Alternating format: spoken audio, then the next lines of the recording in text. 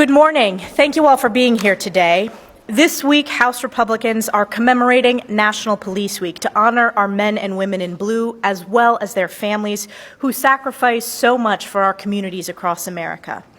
Every single day, our brave law enforcement heroes put their lives on the line to ensure law and order across the country. But under Joe Biden and far-left failed leadership, the safety of America's law enforcement has been sacrificed for the sake of the Democrats' pro-criminal agenda. Lawless liberals handicap our police from doing their jobs with failed bail reform, like my home state in New York, and pro-criminal policies that appease the far-left Democrats' defund the police agenda.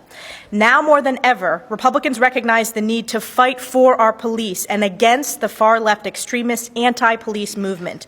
Republicans have and always will proudly back the blue. This week, we will bring to the House floor a series of bills to ensure that law enforcement has the tools and resources needed to preserve law and order. Today, we are honored to be joined by several of our colleagues who previously served in law enforcement and have great legislation on the floor this week. Their voices are so incredibly important to our House Republican Conference. We are also joined by two special guests, Sheriff Chad Bianco of Riverside County in California, representing the major county sheriffs of America, and we're also joined by the president of the National Fraternal Order of Police, Patrick Yos. Thank you so much to our special guests for joining us. I want to first hand it over to Sheriff Bianco from California. Sheriff, come on up. Good morning. I am Chad Bianco. I am the elected sheriff of Riverside County in Southern California.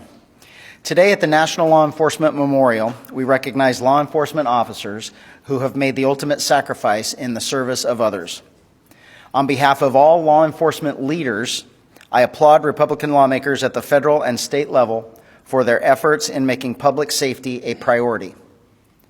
Over the past decade or so, the rule of law, a requirement of a civilized society, has been severely eroded by a sick and twisted progressive social experiment fraudulently called criminal justice reform. In this alternate universe, law enforcement officers are the bad guys and criminals are somehow victims of society. We cannot have a country without respect for law enforcement and an adherence to the law and order of our country. There must be consequences for criminal behavior. It is time to make crime a crime again. Today, my prayers go out to the families of those who have paid the ultimate price in the service above self. Thank you.